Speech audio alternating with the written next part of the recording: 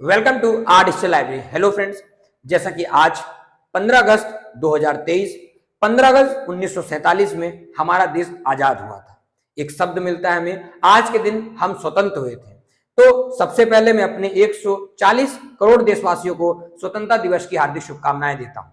लेकिन मैं आज के दिन को स्वतंत्रता दिवस ना मान करके स्वाधीनता दिवस मानता हूं।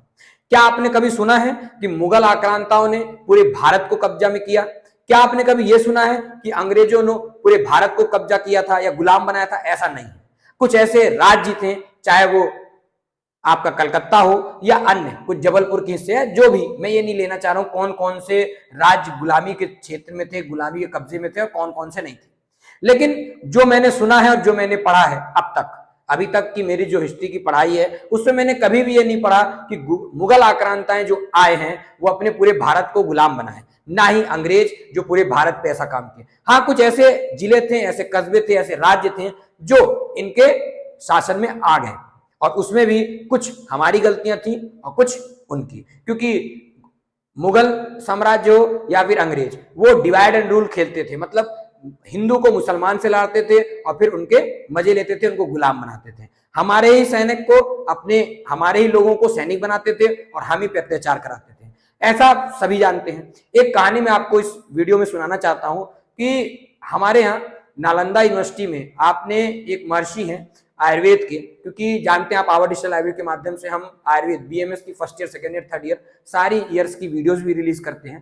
तो आज का वीडियो काफी खास इसलिए है क्योंकि जब आपने सुना होगा कि जब खिलजी हमारे देश में, जब मुगल आक्रांत आए उस समय खिलजी आया और उसके वॉर होने पे काफी उसको काफी चोट आई और मरने की हालत में था। लेकिन फिर जब उसने अपने मंत्री को बुलाया, अपने उसको बोला कि कहीं से भी ढूंढ करके लाओ जो उसकी इलाज कर सके, तो वो क्या करते हैं, वो मंत्री ढूंढ करके बताता है कि एक नालंदा में एक महर्षि हैं जो आपको ठीक कर सकते हैं। तो खिलजी ने कहा जाओ ले आओ। अब आयुर्वेद की पद्धति ऐसी है, आयुर्वेद में कई ऐसे चूर्ण हैं, कई ऐसे गोमूत्र का भी सेवन होता है। उसने कहा कि मैं तो दवाइयां नहीं खाऊंगा, तुम मुझे ऐसी ठीक करो। और तो जो हमारे महर्षि थे उन्होंने दिमाग लगाया और उन्होंने किताब गिफ्ट करी खिलजी को। और उस खिलजी उस किताब में, उस किताब जैसे कुरान भी आप कह सकते हैं, कहीं यहाँ कुरान मेंशन है, कहीं यहाँ किताब है, तो उस कुरान को बोले आप उसको रोज 4 या 5 पन्ने पढ़ना है। तो वो लगातार खिलजी क्या करता था, उसको वो कुरान पढ़ता था। और आप मतलब आप सरप्राइज होंगे कि विद इन अ वीक या विद इन जो भी डेज थे उतने दिनों में वो ठीक हो गया। तो जब खिलजी ने अपने मंत्री को बोला कि यार उसको बुलाओ, उसने ऐसा क्या दिया कि मेरे कुरान पढ़ने से मैं ठीक हो गया। तो जब वो नालंदा से जब उसको वापस से बुलाया गया अपने महर्षि जी को, तो महर्षि जी ने कहा कि आपके किताब के पन्नों पे हमने ऐसे रस औषधियां लगा रखी थी। जब आप अपने थूक से उसे पन्ना पलटते थे, जैसे आप पन्ना पलटोगे वो थूक मुंह में जाती थी और दवाई मिश्रण औषधियों से मिलती थी, तो वह दवाई आपके मुंह में जाती थी। और उन्हें साफ साफ कहा था आपको 4 पन्ने 5 पन्ने, तो जितनी बार आप वो सेवन कर रहे हैं, और ऐसा भी कहा गया था कि आपसे 2-2 3-3 बार इसे पढ़ना है। तो इतनी मतलब हमारी सोच आप देख सकते हैं कि कितनी ऊंची हमारे वैद्यों की सोच थी कि बिना दवाई खिलाए, उनके मन में ऐसा था कि मुझे बिना दवाई खिलाए ठीक करो, और ऐसा उन्होंने ठीक किया। इसके बाद आप तो जानते ही हैं नालंदा का क्या हश्र हुआ कि अगर ऐसे आयुर्वेद और ऐसे महर्षि लोग अगर आज इस धरती पे होते तो ये आयुर्वेद का कितना बड़ा उत्थान होता। मैं दूसरी ओर आता हूं, ये तो आयुर्वेद का एक विषय था।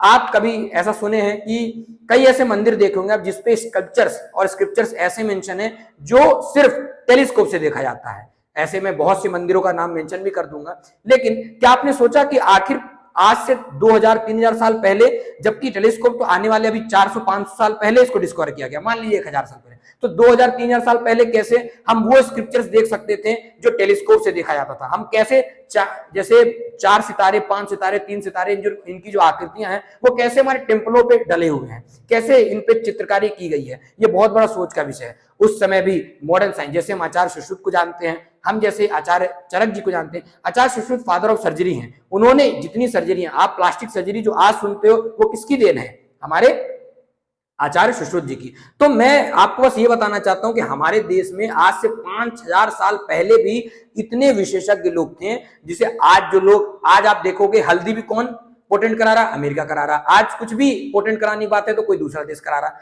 तो आज हम पे लापरवाही है कि आज हम शोध प्रक्रिया कम हो गई है। लेकिन हाँ, ये भारत शक्तिशाली देश है, आप देख सकते हैं कभी भी हमें पूर्णतः गुलाम नहीं बनाया गया और कभी भी हम परतंत्र नहीं हुए। हम हमेशा स्वाधीनता का बात करते थे और स्वराज की बात करते थे। आप सभी जानते हैं कि कई ऐसे भी हमारे स्वतंत्र सेनानी में ऐसे बहुत से लोग आए जो हमें, हम तुम मुझे खून दो मैं तुम्हें आजादी दूंगा। हमारे आदरणीय नेताजी सुभाष चंद्र बोस जी ने ये वक्तव्य कहा था। कई ऐसे भी थे जो जय जवान जय किसान का भी नारा दिए, मतलब गरम दल भी थे, नरम दल भी थे।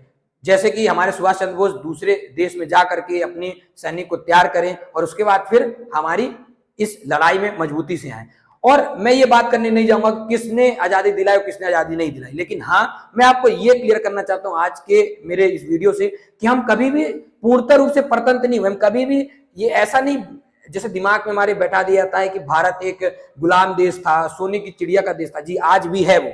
हाँ, जो कितनी बार मुगल आक्रांताएं आए, अंग्रेज लोग आए और ये सब उठा करके ले गए, लेकिन मैं आपको ये क्लियर करना चाहता हूं अपने वीडियो के माध्यम से, हम कभी भी स्वतंत्र, हम कभी परतंत्र नहीं रहे। हाँ, हमें स्वतंत्रता मिली है उन जिलों से, उन कस्बों से, उन राज्यों से जिसमें मुगल आक्रांताएं आए या अन्य भी जैसे अंग्रेज लोग आए। आज हम स्वाधीन हैं और हाँ अग्रसर भी हैं अपने शक्तिशाली। आज आप चंद्रयान 3 का आपने देखा कि कैसे वो हमारे पहले 5 अगस्त को हमने देखा कि उन्होंने इसरो के कितने बड़े कार्यक्रम हुआ, जिसमें पहले फोटोज किसकी आई, आपके यूनिवर्स की, फिर उसके बाद अब चांद की सतह की पिक्चर आई 5 अगस्त को, और आज फिर कल 12 अगस्त को आपने 12-13 अगस्त को आपने देखा होगा कि अब धरती की भी, जिसमें क्लाउड्स वगैरह मेंशन है। तो मैं एक एप्रोप्रिएट आपको छोटी छोटी बातें इसलिए गिनाना चाहता हूं कि हमारा देश आज कितना ऊपर, और आज आप जानते हैं 140 करोड़ देशवासियों में जो पूरे देशों को अगर आप देखेंगे तो सबसे ज्यादा जो युवा है वो हमारे भारत देश में। तो आज आप ये सोच सकते हैं कि कैसे अगर लगभग 60 से 70% जो आज देश में वो युवा हैं तो कितनी शक्तिशाली, कितने प्रभावशाली हैं। आने वाले 10 दशक तक, मैं तो कहूंगा आने वाले 25 से 30 दशक तक हमारे ही देश का नाम होने वाला और हम कितने ऊपर जाने वाले। इसी तरह की शब्दों से मैं अपने वाणी को विराम देता हूं और मैं चाहता हूं कि आप भी इस भाव के साथ अपने तिरंगा के साथ अपनी फोटो अपने सोशल मीडिया से डालें।